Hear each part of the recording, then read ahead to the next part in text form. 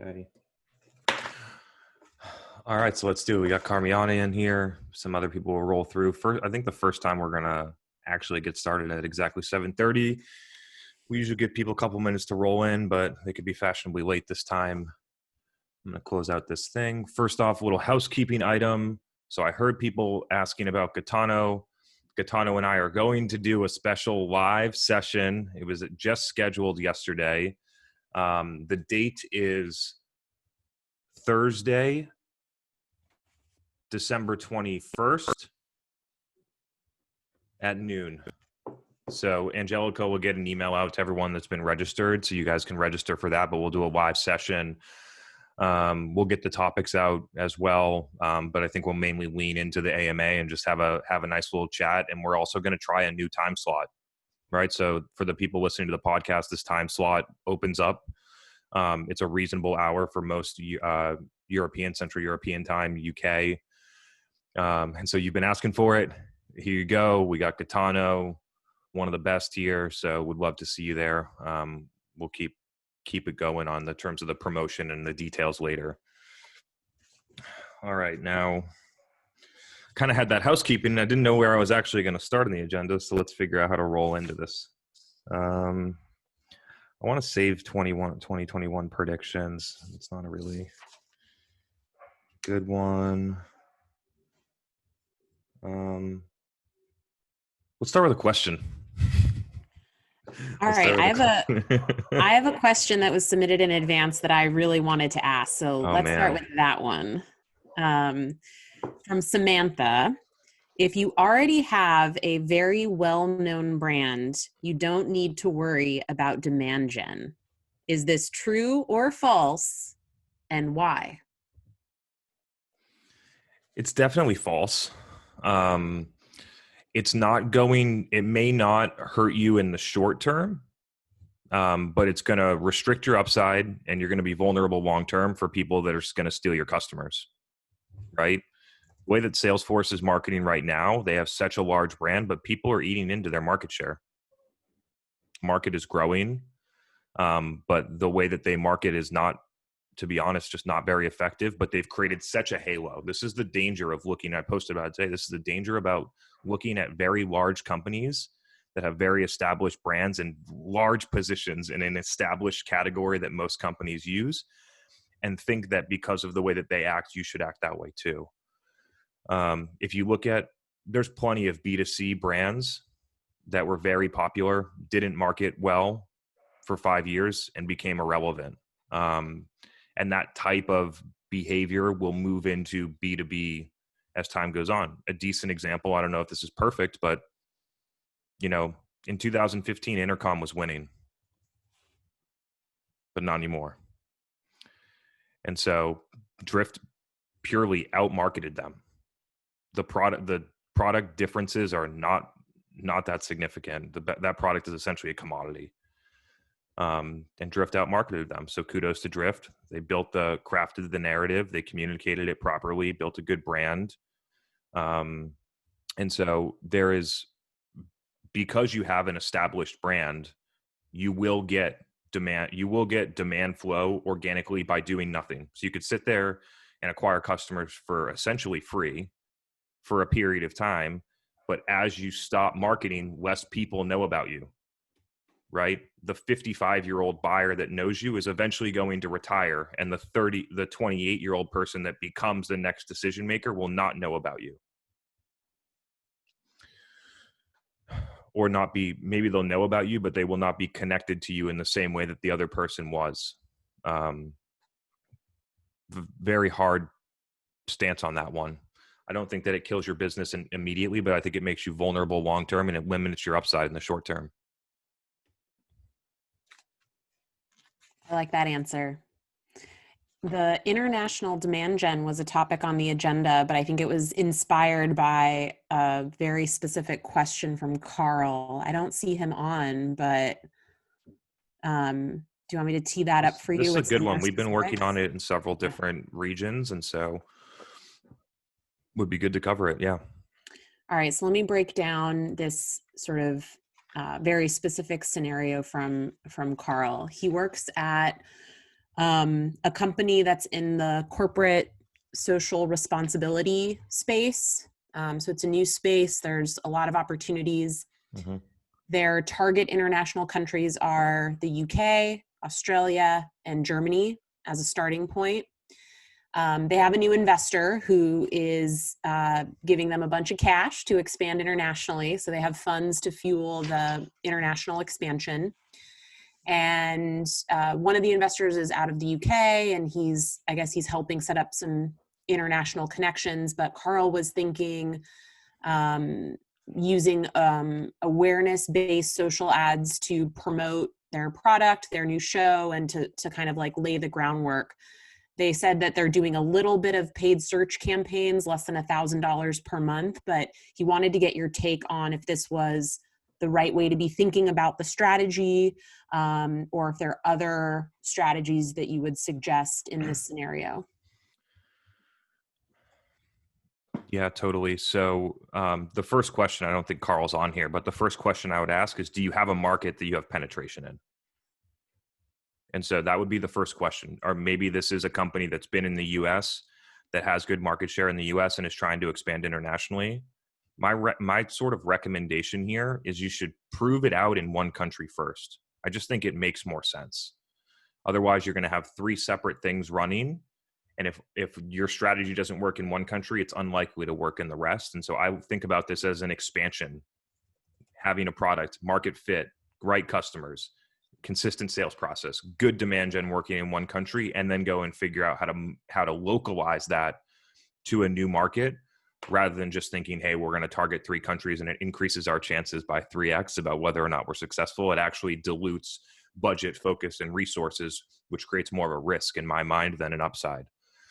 So let's assume they have it figured out in Canada and they're trying to go into these other countries. 2 of the 3 are English speaking, which makes it a lot more clear and simple. And so in this case, we do this right now. We have things that are clearly working in the US and Canada. And you can directly, with no localization, this is not like not going to be by the book, but it works. We get better results. We actually get more cost efficient results in terms of demos and things like that in the UK versus the US, just because the ad prices are lower. You can take an existing campaign that works in the US and Canada and has been validated. And if you have a presence in another market, you can roll that out into the UK and drive inbound results. And so that recommendation in the UK is very clear. We're expanding now UK and Ireland to get the size of it. UK is a relatively small country. So now we're doing UK and Ireland. I would believe that you could do the same thing in Australia.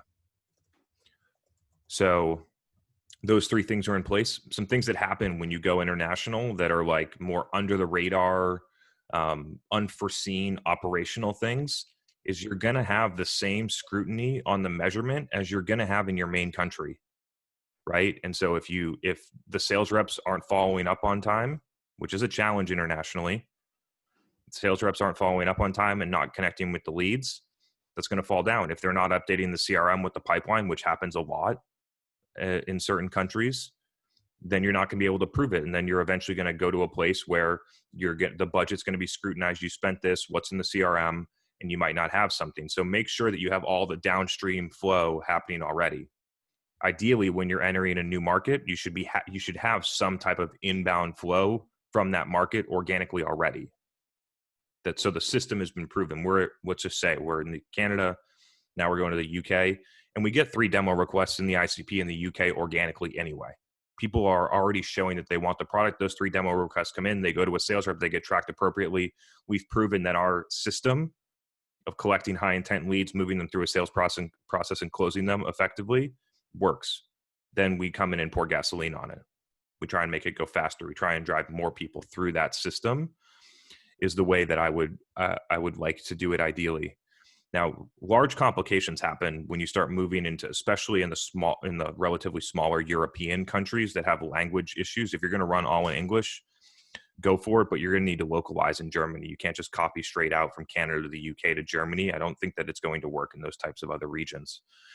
I personally do not, for lack of a better way to say it, I stay away from those markets because it adds an exponential level of complexity. And in my view, until you max out other markets, it's not a place where I would go, especially if you're like trying to spread out all three. So my sequence, biggest market that you're already in. If you're based in the US, it should be North America. Biggest market, go in and dominate that, expand to other English speaking markets that you want to go to. Third tier becomes, I am ready to put a local marketing resource in that country to localize ads that are working in other systems, whether it becomes a translation, whether it becomes changing the image, because there's, very significant cultural differences between the US and Germany, whether you need to change the images, the copy, the language, the destination landing page, the website, all those things need to be considered when you start moving into a different country. And so I consider it like the organization must prove that they are committed by having a resource in that country that's a marketing resource in order to localize and make that stuff work. But I love the UK one. Most companies are selling in, most SaaS companies are selling into their primary market is the North America, and they're also selling into the UK. And you can literally take something that's working, hit the copy, change the country, keep the targeting, job title targeting exactly the same, go in and get that done and get, I found lower volume, but better cost efficiency results. What if you think about it from like the other way around? A lot of companies outside the US that are looking to break into the US. This is a tough one. How do you think about that? Yeah, there's a lot of companies in Central Europe. I don't know the geography of Europe that well, but not the UK and not you get what I'm saying. Companies in those regions have great market presence in those regions and have not been able to break into the US. And the challenge with trying to break into a market like the US is you need to make a large upfront investment that will hurt your P&L in the short term. And a lot of companies will not invest the resources required to create penetration in that market like they did for other companies. It's like basically starting a new entity. And so we've had companies that have tried to do this with us. It is very challenging. The budgets are nowhere near necessary in order to get things done. Not enough sales resources, no brand recognition, competing against very large, established, entrenched brands in the US. It is a challenge. And so it comes down to how much do you want it? And if you want to make that, if that becomes, and look, it's the US. If you're selling a SaaS tool, it's probably the place where you want to start to move towards. So you should want it. The question is, are you willing to put up with the short-term P&L driver of investing millions of dollars in order to figure it out? And so I think that's the challenge. You cannot take whatever you're doing in the EU and take $5,000 in budget for your 100K ACV SaaS tool and spend $5,000 a month on Facebook and think that you're going to get 1 million leads and close a ton of customers. And that's what I see companies try to do. Nice. It inspired a question from our good friend Max. Max, love your questions. We're going to get into the demand prediction soon, but you come first. Yeah. Why don't you read it? Why don't you come on the air? See if we can unmute you. Can you do it? Yeah. Yep. You on? Yeah. Hey, Happy New Year, guys. Happy New Year. Yeah, so I was put that in my intro. Thank you. Yeah. I was watching Netflix over the weekend and came across the Headspace miniseries that they just released. Basically, like throwing their brand out there, like it's actually actionable, like it's good content. But I thought it was like a really cool brand play because now like people are talking about it. They'll just like consume the content and naturally go to Headspace afterwards. So my question is like, I know a lot of us are like B2B marketers, and you can't get realistically, you can't get a Netflix series about like how great your SaaS tool is or whatever that would be. But like, is there a smaller scale play that's not the traditional channels that you've either experimented with or like have thought about trying to go after? That's like, it could be way out there, but it could just be like untapped potential there. Could you tell me a little bit more about what they did, just so I make sure I understand Yeah. the question? So basically, they have like an 8-part series that it breaks down pretty much how to meditate yourself, and it brings you through guided meditation. Like each half of the episode, like it goes 15 minutes, and it basically walks you through what to think about, what'll happen, and then like And the it's a benefits of TV everything. show? Yeah, it's like 8 parts, and it's just like broken Got it. down systematically. It's content marketing, Yeah. right? So I think that there's a lot of parallels that you could make a move into B2B. The challenge is that B2B marketers do not think about things like that. They do not think about things in brand plays. They are too transactional. I was thinking about this. I was walking my dog like I always do before Demand Gen Live, and I was thinking about this exact point, is that B2B companies have traditionally been sales companies, and now they have marketing, but even in most companies, the marketing team really is doing things that are like pretty close to sales in marketing channels. People know my position on that. And soon they're going to get a lot of prep. Right now, what's happening is part of my predictions, and I want to kind of give it away, but there's going to be a ton of pressure coming down on marketing if it hasn't already. Events are gone. Outbound's less effective. We need more from marketing, and the way that they're being instructed to do marketing is not going to deliver because they think about things too transactionally. What you presented here is a brand play, which is what I love about B2C, bringing it over here. The key, I've mentioned it one time, is about taking what's happening in B2C and copying it for B2B. If I could re-say it, it would be taking what's happening in B2C and translating how it belongs in B2B, because it's not a direct copy like you mentioned. And so those are some of my like sort of stances on it. A couple of the things that we did, these are not direct parallels, but a couple of ideas. So back when there were events, and we decided to punt on the big trade show, but we still went, and I brought a videographer, and we brought 2 sales reps who had meetings and had dinners with key accounts, and we did market research, and we went to sessions, and we created content. That was our event strategy in 2016. And we saved $1 million, and we used that on digital instead of the booths. And what we did when we were there, we had a person with a camera, and we would go around the show floor, and we would talk to people. We were selling to respiratory therapists and emergency medicine physicians, and we would talk to people, and we would like basically have them tell their story. Why did you become a respiratory therapist? And then they would talk about, there was usually some like very emotional story about like, you know, my grandfather had COPD and couldn't breathe, and I was here and I had to help them. And it was really great stories. And then we stitched all of those together into like a 5-minute inspirational video, kind of like elevating that profession. And then we ran paid advertisements of that video that just said, why did you become a respiratory therapist? And got hundreds of comments about people telling their stories as well, which is kind of a quasi kind of play, nowhere near as high production and different things like that. But that was one thing that we've done that was sort of similar. It's different than yours because you're kind of teaching, you're getting what Headspace is doing is trying to show you how to do meditation so that when you do decide that you want meditation, you use them, which is I sort of just like, I think it's content marketing. B2B just does it a little bit differently. Live Zooms, product-led growth kind of falls into that in some kind of fashions. Yeah. I wish I had like some amazing example to share, but those are some of the things that I have on the spot.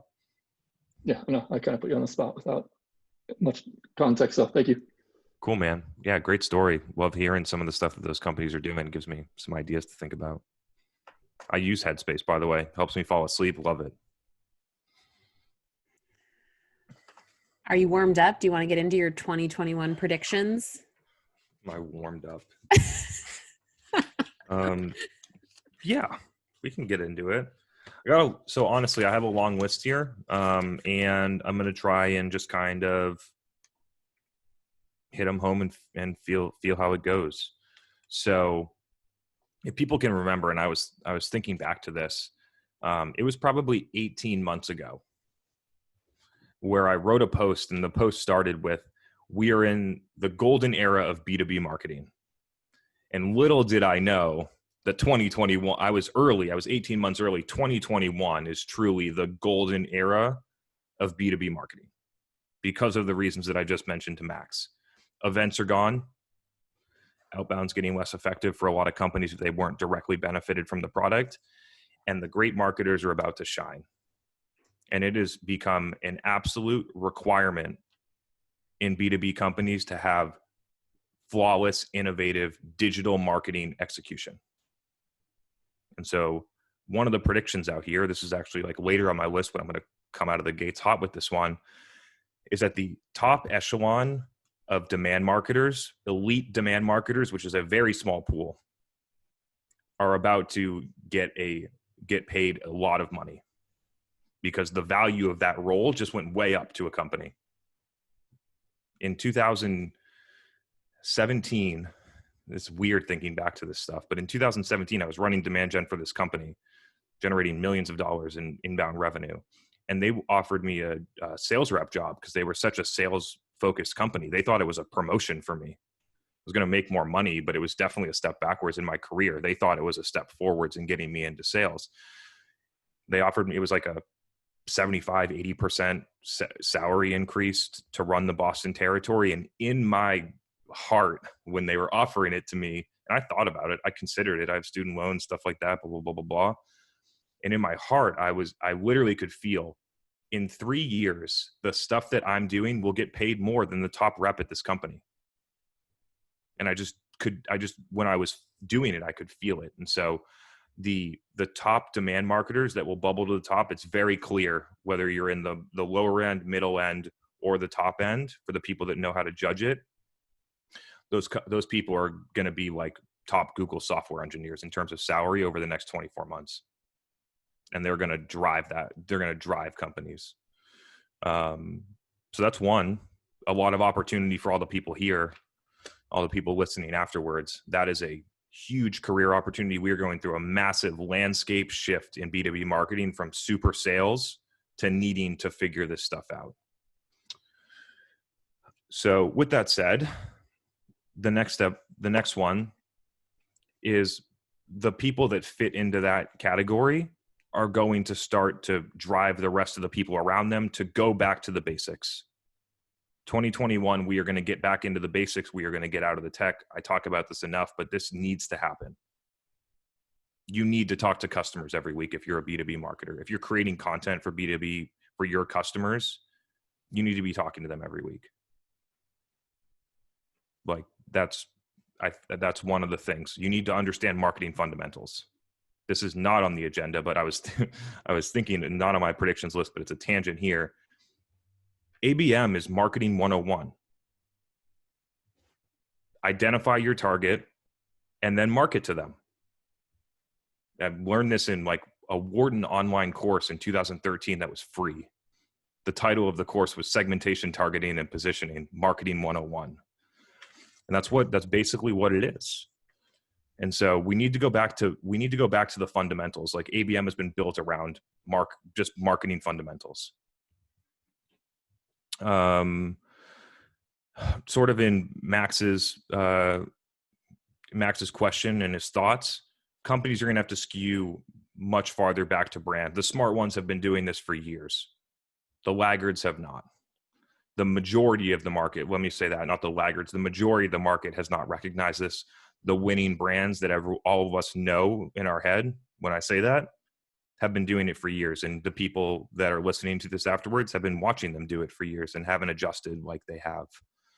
So we're going to move a lot more to brand. We need to get way out of the transactional, I need you as a lead now business. We're moving to a digital business development world. So inside of back to brand, they're going to open up awareness channels, and they're not going to get measured the way that companies measure it right now. They can't in order to do them. So their companies are going to have to figure out how to change that to create the space for people to actually do the things that make the most impact. Companies at the same time are going to lower their quality standards out of necessity. You're not going to get your film production team in your office to spend $30,000 to make a video that nobody sees anymore. And so you're going to have to lower your quality standards so you can actually put stuff out. That's another one. Company, when you lower your quality standards, you can go faster, you can get more done, you can learn faster, you get more impact, you build momentum. And the last one on this is the employee advocacy type of stuff where you get some canned response and you force people to use your own messaging is going to be gone. Smart companies have not adopted that at all, because the following corporate messaging and sharing links of corporate content does not work. We need to give employees the flexibility to use their own voice to communicate their own thoughts about the things that they care about, and empower them to do that, which then creates a brand halo. Not giving them a paragraph that they have to copy and paste into LinkedIn. So all of those things fall into the brand category, and there's some employee stuff in there too. We covered the upper echelon of demand marketers. That was number 4 on the list, but we skipped and put it number 1. We kind of got into this, but I think people that are listening to this are going to feel it, like that there's going to be a lot more pressure put on marketing to deliver more than they ever have before.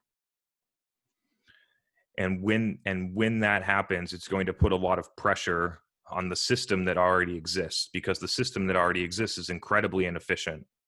And when you try and force more through it, it will continue to expose the inefficiencies that exist, and the systems will break. And so that's going to create a ton of, it's not going to happen tomorrow, but over the next 18 months, it's going to create a lot of interesting opportunities and a lot of interesting things to watch. This was on the agenda, but I was thinking about it too. Companies are I'm watching a couple very closely that are beginning to rethink the entire idea of what a business development function is. One of the first things that companies have done have moved it into marketing. They moved into marketing, but the people are basically still doing the same stuff with the same metrics, with the same goals. And that's what companies do when they make changes. They don't knock the whole building down and then rebuild it. They just put a little bit of like an addition on the side in the parking lot, right? And so what we need to do with this function is this function has pretty much not changed over the past decade in terms of what they do, how they measured. They've just added more technology to send more spam. We need to knock it down, and we need to rethink. If we were doing business development today, what would we do? Maybe it's not an SDR, BDR function. Maybe it's not. The things that I have in my mind, and I'm watching one specific company, I'm not going to shout them out, but they'll if they're listening, they'll know. Companies are hiring SDRs that have large LinkedIn audiences already. And so it's really interesting. Like if you have 20,000 people that follow you on LinkedIn, and you are selling to that type of persona, and you are a company, I would rather pay $150K for that person than $75K for someone that's going to cold call people all day. I would rather pay $150,000 for someone that already makes videos if I'm selling to sales, that already makes videos for salespeople and already has validated audience and already can communicate them and already demonstrated that they can create content that moves the needle. And just by having them say SDR at blah, blah, blah company is going to move the needle more than having someone that cold calls people all day. I truly believe that. But companies are going to struggle because they think about things transactionally, not at a brand level. This is the next one that I have, which is thinking about this whole idea of KOL influencer marketing, which, by the way, is not new. Not new at all. Was doing this in 2014. I don't know if we've told this story on Demand Gen Live before, but we had physicians that used our product that would go to conferences and present on the ways that they use the product. Influencer marketing. We would have them present webinars about how they use the product or how they would do other things. And when those people use the product, would they tell other people? Yes.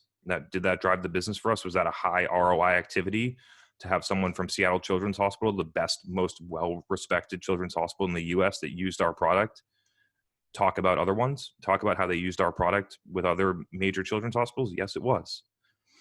Now, companies are going to, again, struggle with this one because they're transactional. You cannot, no like person that has this persona that drives buying decisions for your customers wants to sign up for your affiliate program, where every time you give them a lead, where every time they give you a lead, you give them $100. Nobody in this level wants to be at that level of transaction. And so if you want to do this, you have to acknowledge that we're in the brand game now, not the sales game. But people are going to recognize this. Having people join your events and not say a word about your product. They might not even use your product. But guess what? A lot of people that you're trying to sell to, listen to them, respect them, would show up at your event if they were there.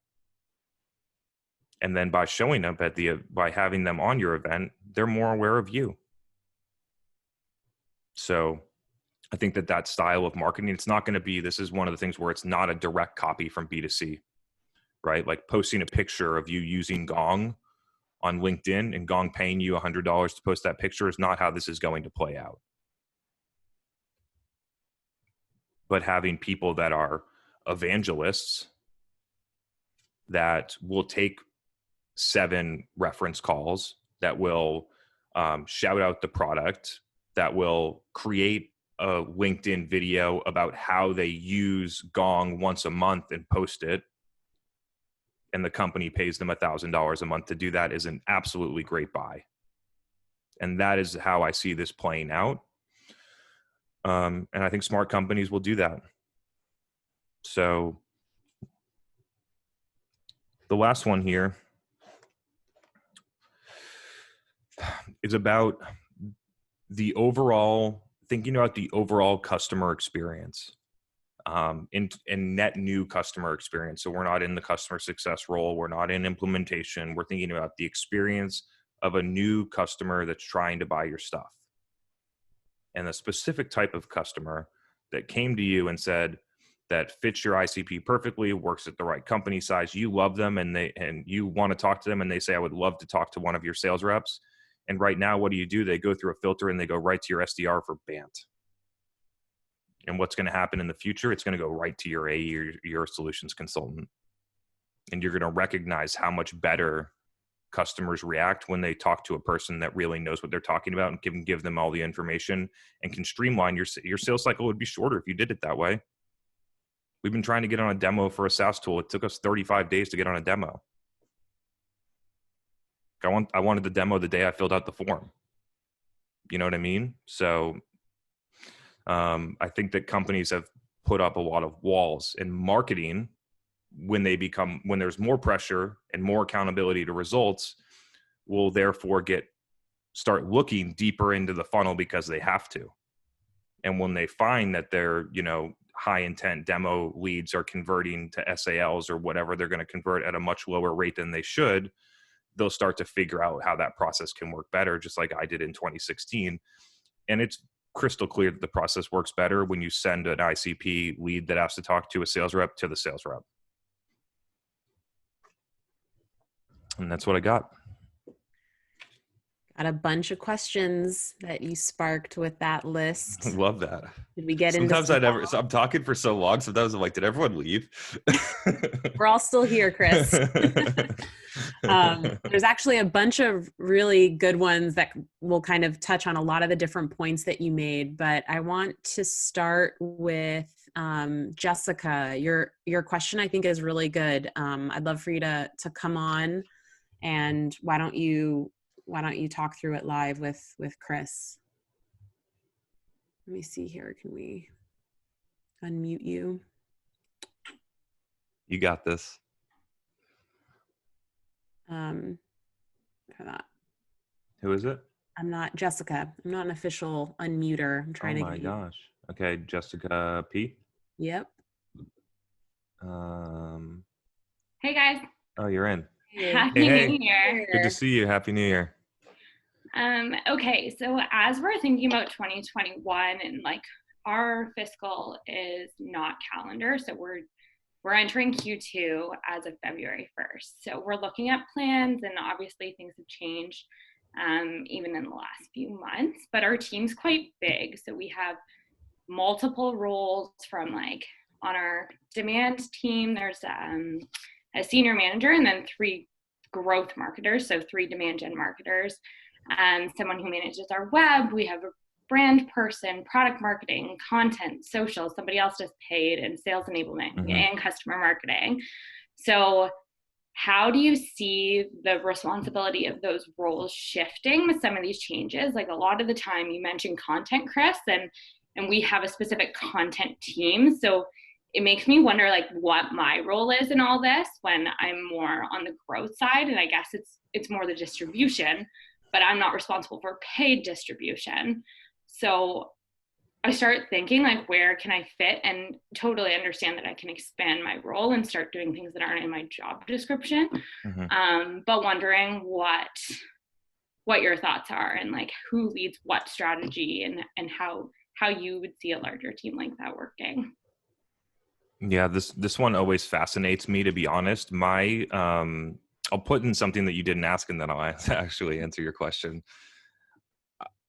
I would like to debate the idea that one very, very high quality person would outperform 10 other people. I have no idea about the quality of the people. I'm sure that they're great that you have, but just in general, organizations that have 30 people, if you got rid of 10 and you put one really A player in there that understood your customers and could create content and blah, blah, blah, blah, blah, I would like to debate whether or not that would be more impactful. I think that sometimes having more people actually can slow down the system, as for some of the reasons that I saw. I kind of read between the lines of your question. So that, I think that one's interesting, but maybe with that, you can elaborate a little bit on how I can help. Yeah, I think like as we're thinking about like what channels we can approach, like new experimental channels, depending on the channel, like so me as a growth marketer, I can think of a million different things we can do, especially listening to this podcast after, or being on Demand Gen Live over the last few months. But certain things would fall in different buckets depending on where it is. So like a podcast is really, which is something we're doing, falls to the brand team. If it was paid, let's say it's on Facebook or LinkedIn, that would go to the paid person. So me thinking of all these different channels, I don't necessarily own any of them. I can come up with a strategy, but then I feel like not being close enough to it inhibits the like the skills and things that you learn from looking.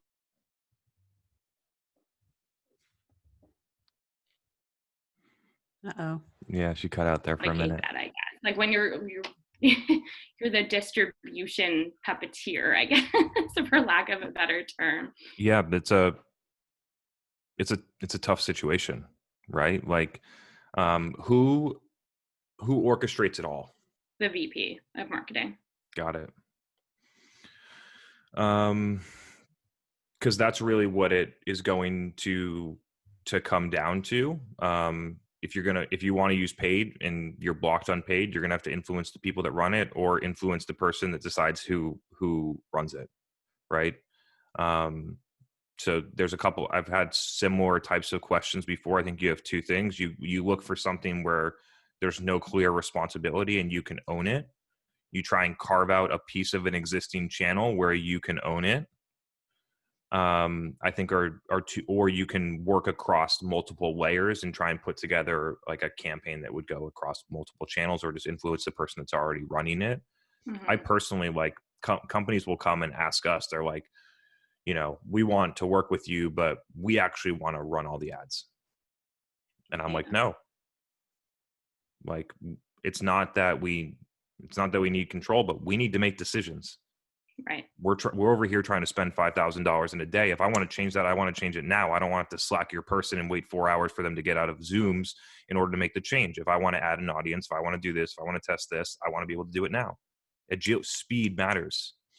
And so it's a organizational question. Honestly, maybe Megan has some good insights on this one. I was thinking of chiming in actually, because when when you do have a large team of people to work with, and actually when I was at a company where I was running sort of marketing, sales, success, and we were doing like business planning and identifying initiatives, what I did was, instead of saying, okay, here's the sales plan, here's the marketing plan, here's the customer success plan, or maybe in your case, like here's the product marketing plan, here's the content plan, here's the demand gen plan. I tried to sort of zoom out, right?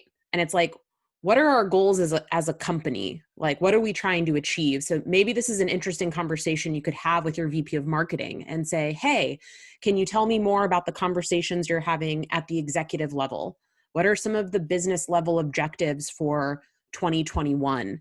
How can we rally the team and sort of, activate everyone's superpowers and maybe create some small cross-functional teams within marketing that are designed to achieve some particular imperative, initiative, or goal. And so I would, maybe if you kind of reframe the discussion around expanding it beyond marketing and not get really specific of like, oh, this is my team, so I'm going to like make a plan of the things that I'm going to do and create. It's actually like, as a company, we're going to do this. And then what resources and what team members do we need to execute against this effectively, right? So then you might have your content marketer, your demand gen person, maybe, maybe a customer success person that has some great customer insights, right? Like it then actually becomes, let's pull in the right people and resources and sort of put them to this initiative or imperative rather than sort of staying in your lane, if you will. So that could be an interesting conversation to start. You probably learn a lot from their perspective, and it could be a way to make a recommendation that could influence maybe a change in what you're hoping. It sounds like you're hoping to have more effective collaboration with the various team members, but it sounds like there's so many cooks in the kitchen that there's maybe either a lack of direction or decisiveness, and kind of reframing this within the context of the company goals could be a way to get your head of marketing to kind of perk up and listen to what you have to say. Mm-hmm. Okay, thanks. Happy to help, Jess. That was a good one. You got me there. Sam asked another question that she asked the one that I opened with. Do you think at one point sales and marketing will become one team? As you're kind of describing the future, riff on that one.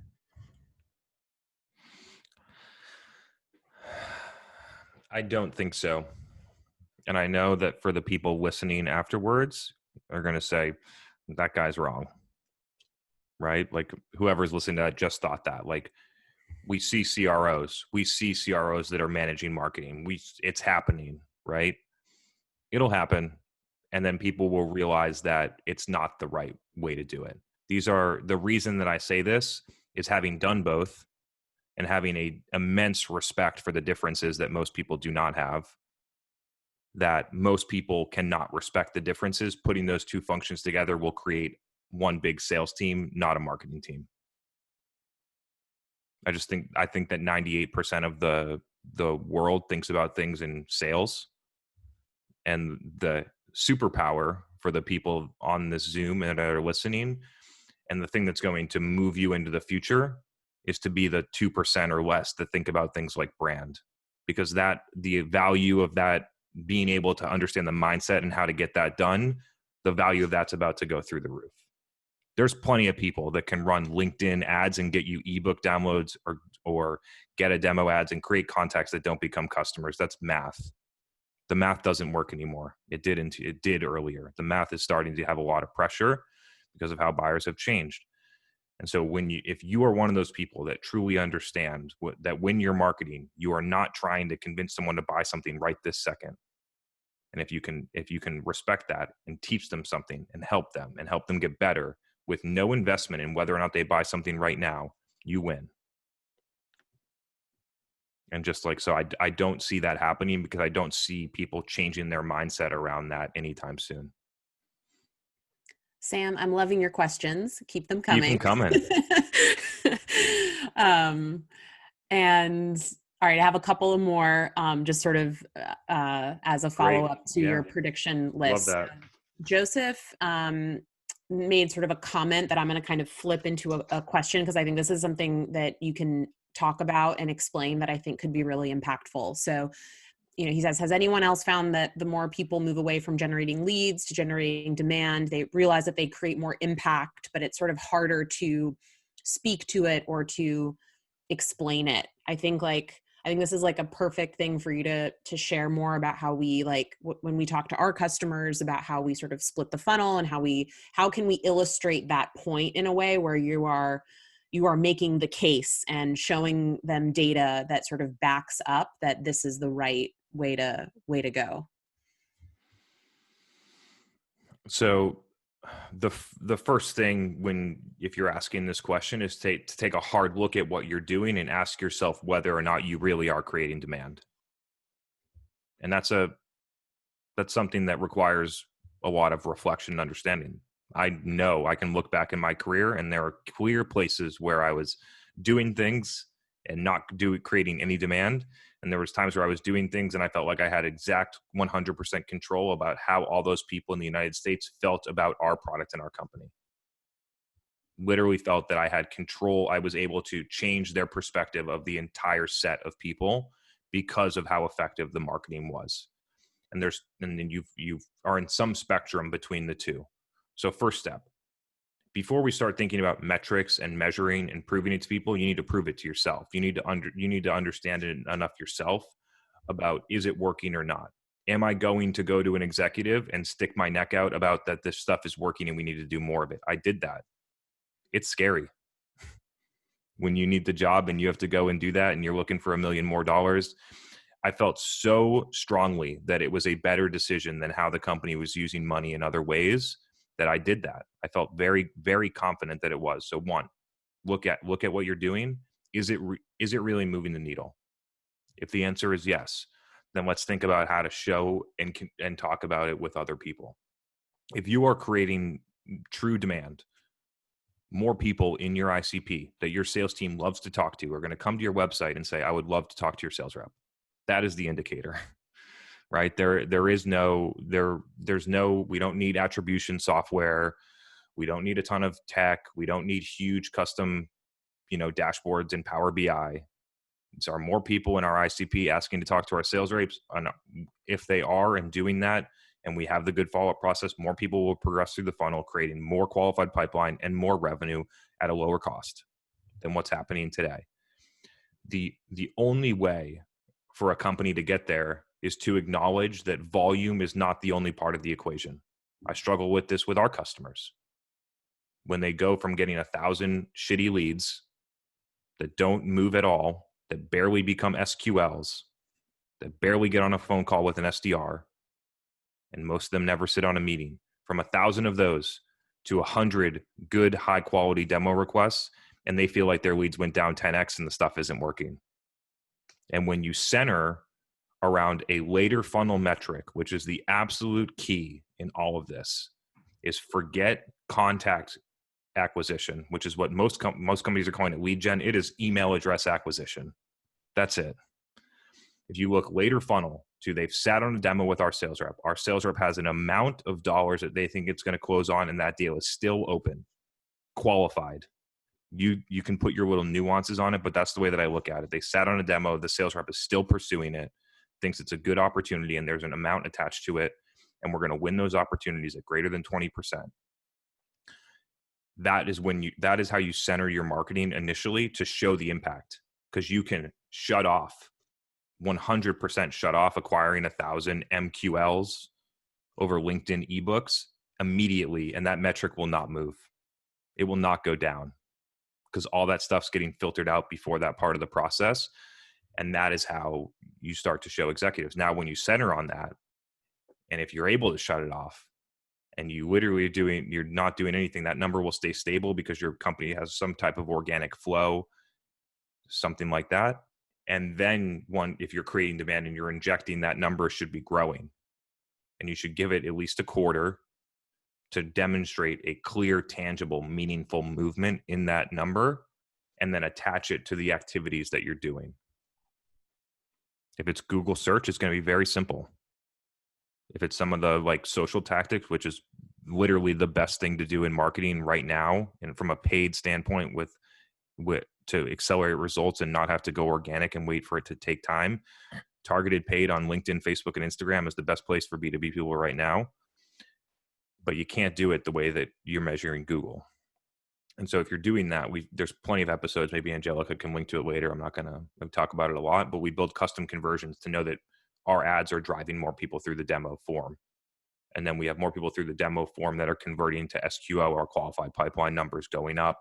That is all that you should need. And so it's actually quite simple for a standard SaaS company that has a sales-led motion. How much qualified pipeline is going in? What is marketing's contribution to that overall pipeline number? Is that percentage and that gross total number going up or down? And then you can look at cost efficiency. The last thing that I've been doing, which really helps companies, is compare cost efficiencies to other things that they're doing to get revenue, other business development activities. Compare it to the outbound channel. Compare the cost per qualified opportunity to the trade show booth that they did in 2019. It was really easy to get the company to stop spending $1 million in trade shows when I showed them the cost per qualified opportunity and the customer acquisition cost of going to them.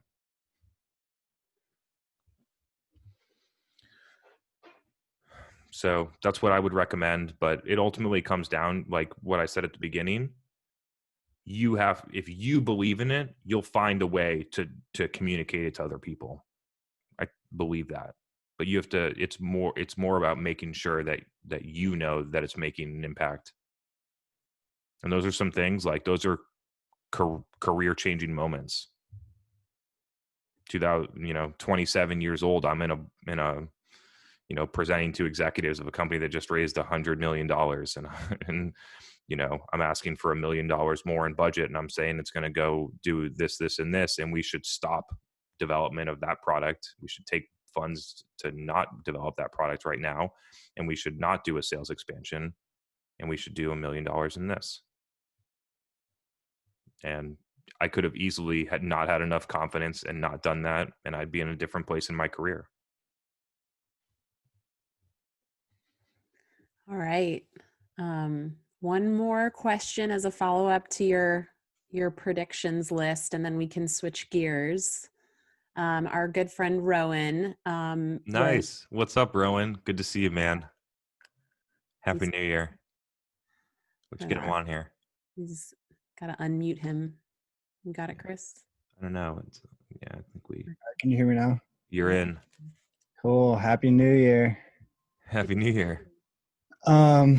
So my question was around the influencer kind of marketing stuff. Yeah. Like, you record a live event, and then what do you do with the content afterwards? Like, how do you repurpose that? Because that's something we're trying to debate and trying to figure out what to do with. So yeah, just your thoughts in general on that. And for context, like in our situation, we have like live customer stories that we're pitching as like live events where they're just literally talking about how they're using the product to solve certain pain points and challenges. Mm-hmm. So we just don't know what that after, you know what I mean? So yeah.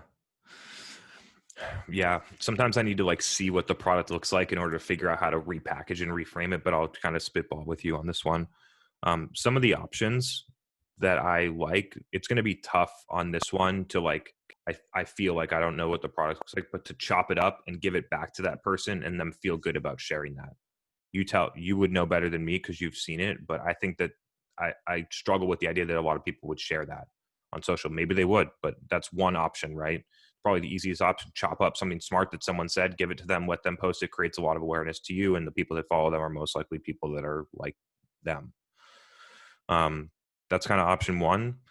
Depending on the quality of the content and how product focused it is versus how helpful it is without needing the product, you could think about stripping the audio and putting it on a podcast. You could think about creating some type of graphic, taking a quote from what they said, drawing that up in a nice graphic, making it square or Instagram story, running that targeted to your buyers with their quote, small quote, job title at that company, swipe up, case study impact, watch the whole video, those types of things. I think those are some creative ways to reuse.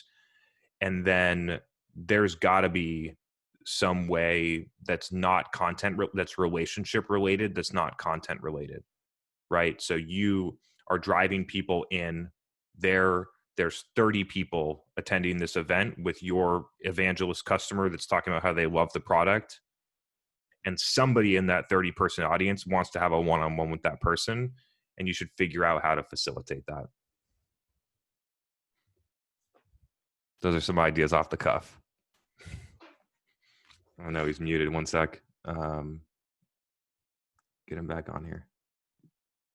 That's awesome. Yeah, I love the relationship related one.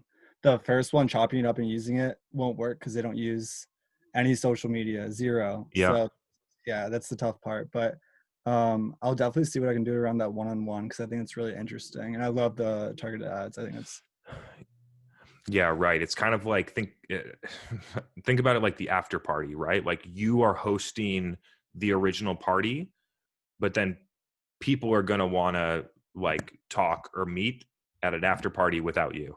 And so if you acknowledge that, then you can start to figure out, how do I actually set up those moments to happen? Because that the event is great. People are going to learn, but the magic happens in the one-on-ones is what I found. And then would you do just like the customer with whoever wants to do the one-on-one, or would you bring in people from like your own team on that? You know what I mean? Like, yeah. I'll give you a parallel that was in the real world, not the virtual world. And so like when we were selling into hospitals, like Boston Children's was a customer. Let's just put it that way. So Boston Children's is a customer. We're at this like conference and we're trying to get like Atlanta Children's. And so we get 3 people from Boston Children's, 3 people at Atlanta Children's. We have a dinner and then we leave. You know what I mean? Like, and now they know each other. There's 3 days left of the conference and you kind of let that stuff happen. So that's like a parallel in real life that we've done. And so trying to figure out if there's a way to facilitate that virtually without forcing it, right? It needs to feel organic and free, but sort of like invite it, I guess. Right. Cool. I'll think more about it. I'll think more about that too. I never thought about it that way. Yeah, that's awesome. Thank you very much. I appreciate it. Happy to help. Look forward to hearing more about how that goes. We have a couple more questions that were submitted in advance. Do you want me to pull one of those up, or is the agenda pulling you back? The agenda kind of just got like all smashed together. So yeah, let's roll. All right, cool. So Liz Lovelace, probably like the coolest name I've heard recently. Sounds like a superhero. She was on earlier, but it looks like she wasn't able to stay. So I'll ask her question on her behalf. She had questions about lead scoring.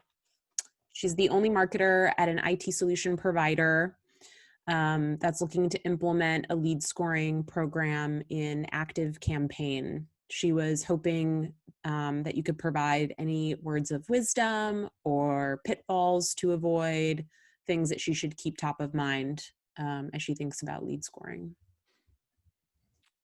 People see me smiling, the listeners don't though. You're the only marketer at this customer. You do not need to be spending your time on lead scoring. There's got to be a more productive, more high value activity as the only marketer at this company than trying to figure out how to give people emails to give them a score to pass them to a sales rep when the score means nothing. And so if you are the only marketer, and I take this approach when we're not the only marketer, when there's large teams, lead scoring is a binary value for whether or not they go to sales. They asked to talk to sales or they didn't. And that's it. And then inside of that score, if they're a 1, if they've asked to talk to sales, then if you want to prioritize and grade them, you can. 1A, C-suite, 1B, VP level, 1C, director level, 1D, manager, company size. You can think about how you could build a scoring system around that, but you need a lot of volume in order to justify that type of level of detail, right? And so the key in this recommendation is you are the only marketer. And so instead of trying to figure out how to give people scores, I would recommend trying to figure out how to get more people to just become a 1, which is I want to talk to your sales rep, which would kind of, if you go back to the earlier in the episode, go back to basics, talk to customers, understand fundamentals, understand them deeply, communicate with them. That's the path that I would recommend as a 1 person. So the recommendation would be to not do lead scoring. I just don't, I watch plenty of companies that are very sophisticated try and do this and never succeed because it's made up. I had a feeling you might go there. Yeah, I read the question in advance, and I think it's, I mean, like some people might be like, oh, I expected him to say that, or some people might be like, I wish he told me how to do lead scoring, but I'm doing you a favor by telling you not to do it. I think so too. Yeah. I think it's right? Answering the question honestly and providing some guidance, which is why it's worth asking. Yeah. Having to reinforce that point for sure. Your sales reps do not want to talk to somebody that got into your contact database somehow. You sent 6 emails to, they opened 1 because they were on their mobile phone, which gave them 20 points, and that deems that they go to a rep now. Your sales rep doesn't want to talk to that person either. You're doing nobody a service by putting that together. And then I watch companies lower their score in order to get way more MQLs so they can report it back to their investors. Ooh, we have a live question from Danny Gonzalez, who is on. Find him, Chris, and unmute him. Mobile open, 10 points. Love that. Okay. For the listeners, you have to come to the live session because there's so much fun that happens in the chat. I know, seriously. For the people that I just see it popping up every once in a while, and I'm like, wow, I can't pay attention enough to see all this, but it looks pretty cool in there. I know. We have a fern thing going on, but you have to come live to get it. All right, Danny, what's happening, brother? Good to see you. Hey, how you doing? Good to see you.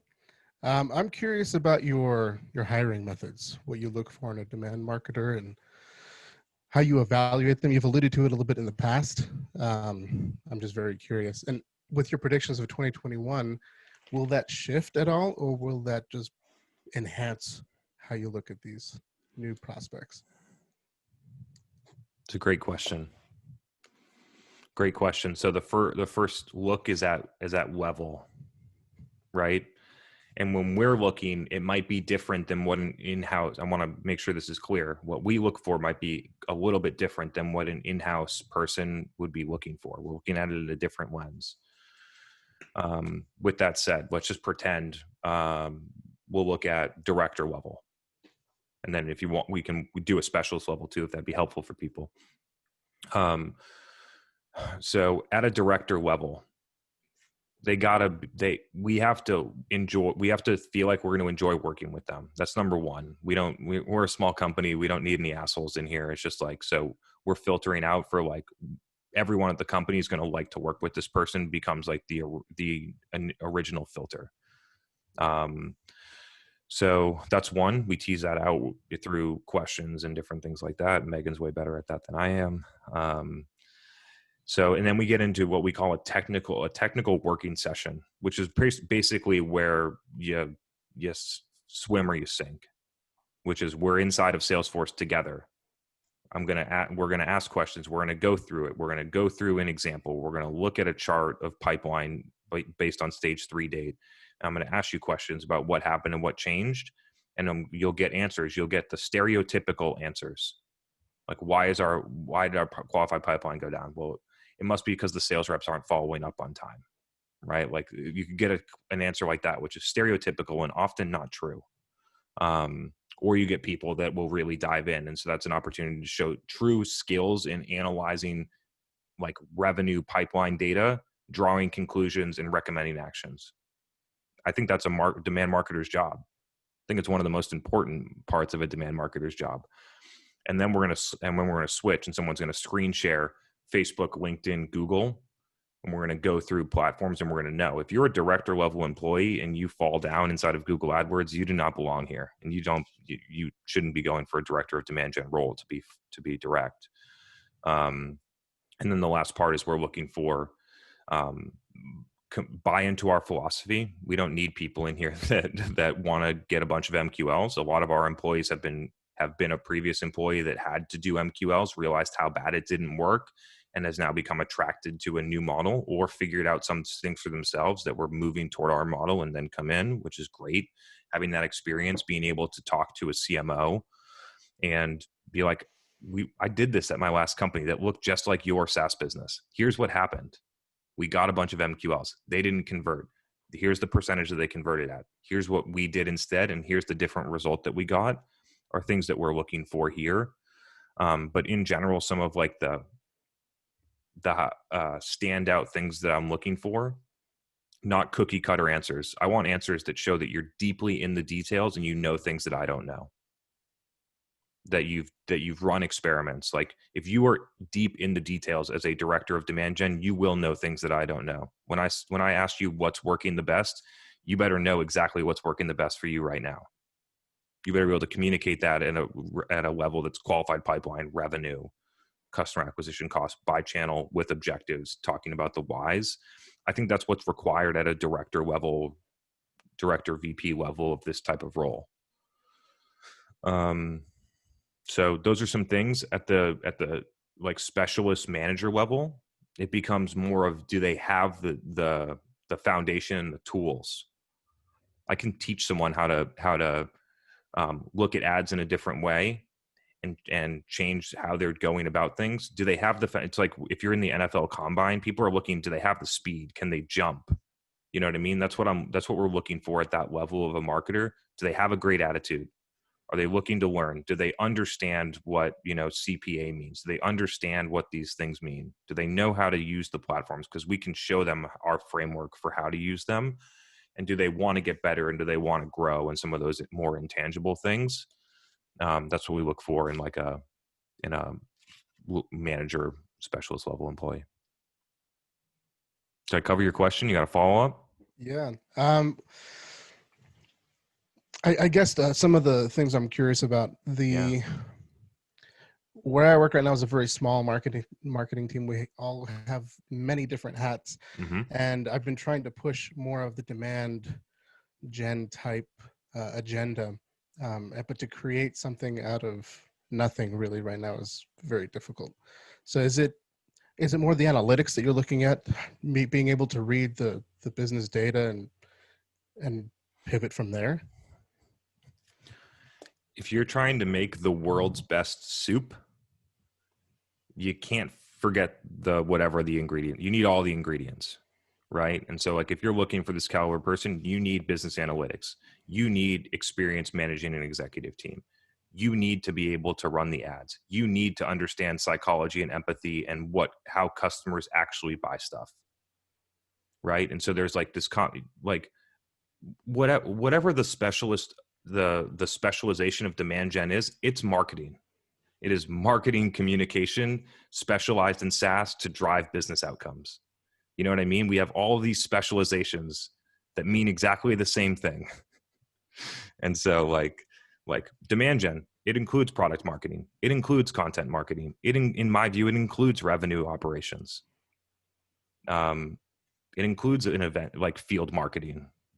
It's all the same thing, right? Like, and that's why I love demand, and why I'm pushing companies to think about having less resources that are more highly skilled, because I think you get better outcomes and with less specialization, less roadblocks, less people in like one specific channel that can't elevate and see the rest of the business.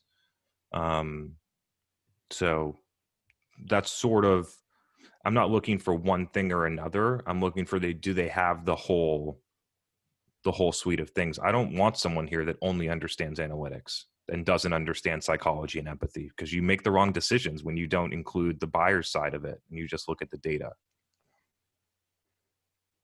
Absolutely. Yeah, I appreciate it. All right, man. Happy to help. Good luck with the search if you are searching. Yeah. It is I mean, I've said this a couple of times, but people need to be out there and understand, like, hiring good demand marketers. We might have the most strict filter that exists in interviewing demand marketers. And it is hard to find people that are that good. So everyone that's out there listening, it's a really interesting kind of like thing to think about. These people are very rare. If you're trying to hire that person, you need to change your mindset around the thing that you might need to do in order to get them in here. And for the people that feel that they are in that seat, you have a lot more leverage than you think. Not sure if that helped you on your hiring plan, but this was a great question. Good to see you, man. Yeah, I love that question. Thank you for asking your question and coming on the show. Thank you. We have a fun one from our good friend James Hornick. He submitted it in advance. He's not on the show. Haven't seen that guy, and he hasn't left any troll comments on my LinkedIn posts lately. I know. Well, side note, he wants to catch up with you on a Zoom, but he sent in a question for the show. So he very specific question about his kind of current situation. So to give you some context, he's saying how over the last 18 months, they've gone all in on content marketing and they see the positive effects, more inbound leads, more old contacts getting back in touch. Name recognition is way better. They've been able to hire new team members a lot easier. So they feel it's working, they know it's working, but they don't know what or how they should track things. They acknowledge branding as a difficult thing to measure and track, and they're fine with that. Any thoughts on what they should be thinking about with respect to revenue attribution? How should we look at benchmarking? What's really driving the question is he might be moving from an individual contributor sort of business development focused role to 100% focused on content marketing.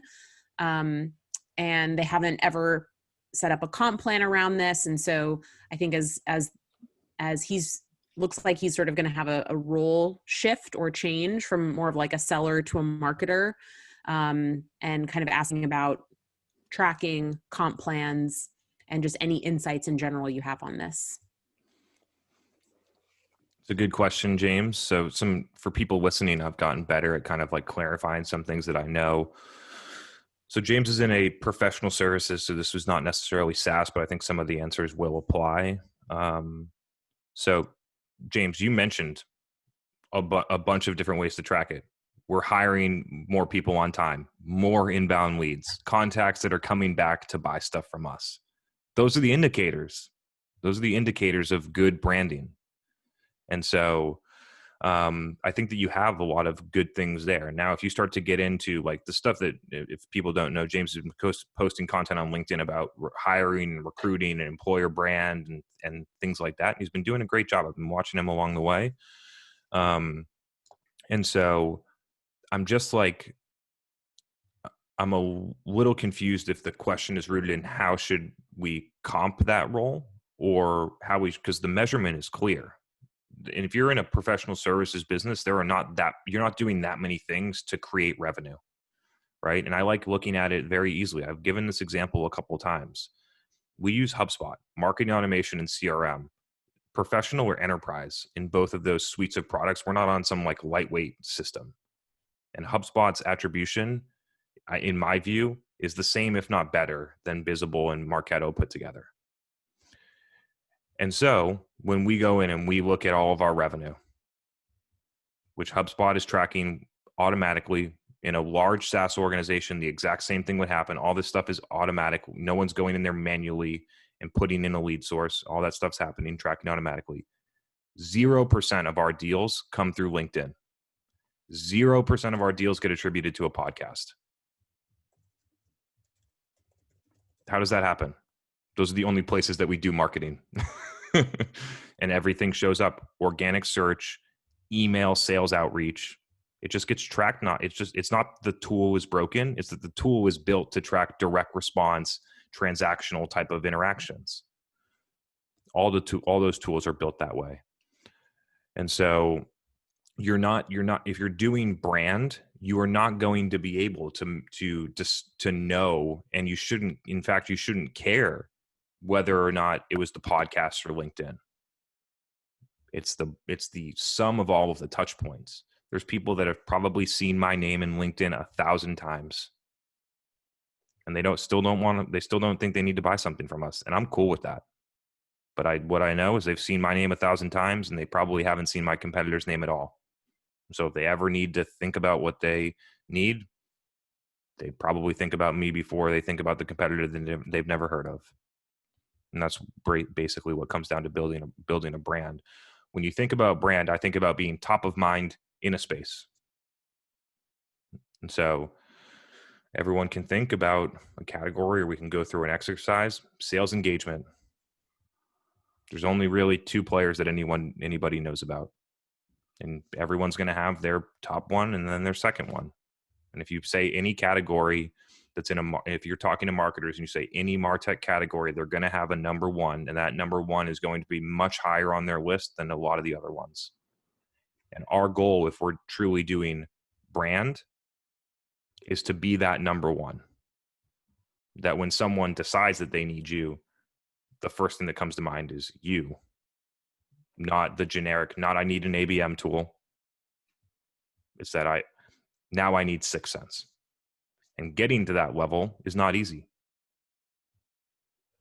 And so, and I even like when I say 6 Sense, I think that their product is better, but in terms of their marketing, I think all the companies in that category are sort of I don't think anyone's really winning out of those 2 or 3 main players in terms of like marketing execution.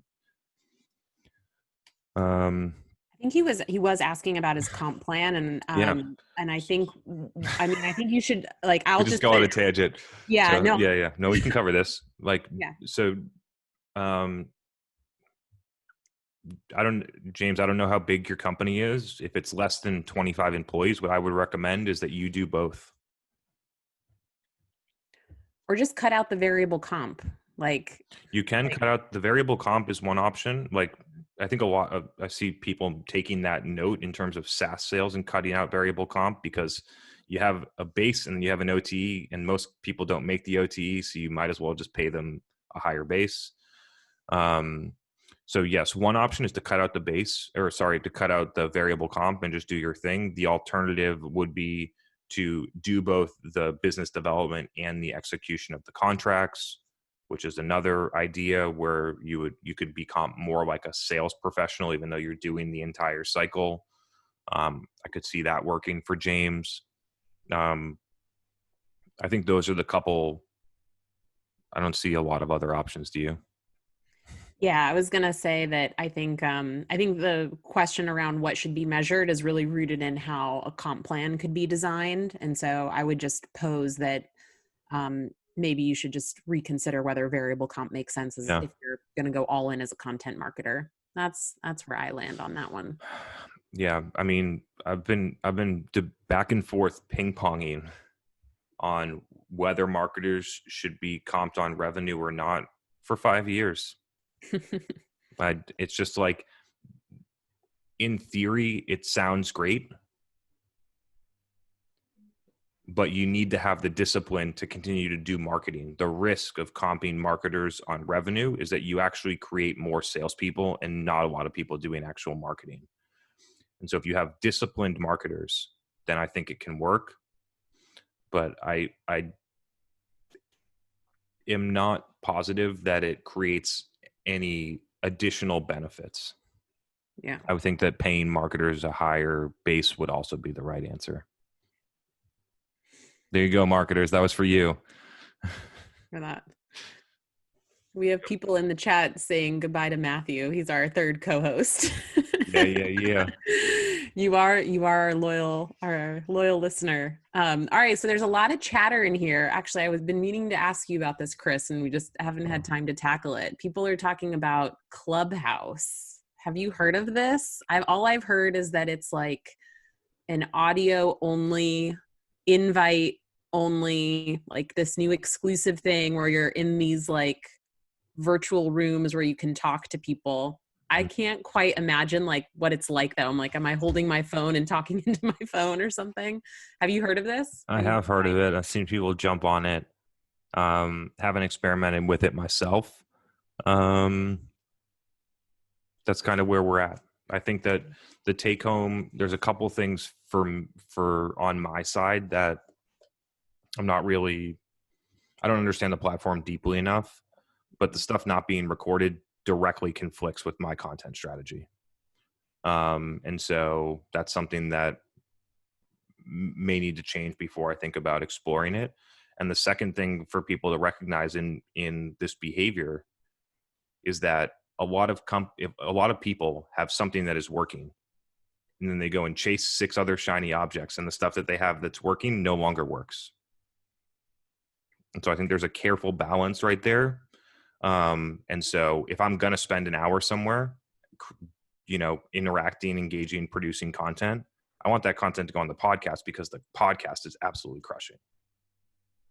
Right. And so a lot of social platforms will put up restrictions at the beginning.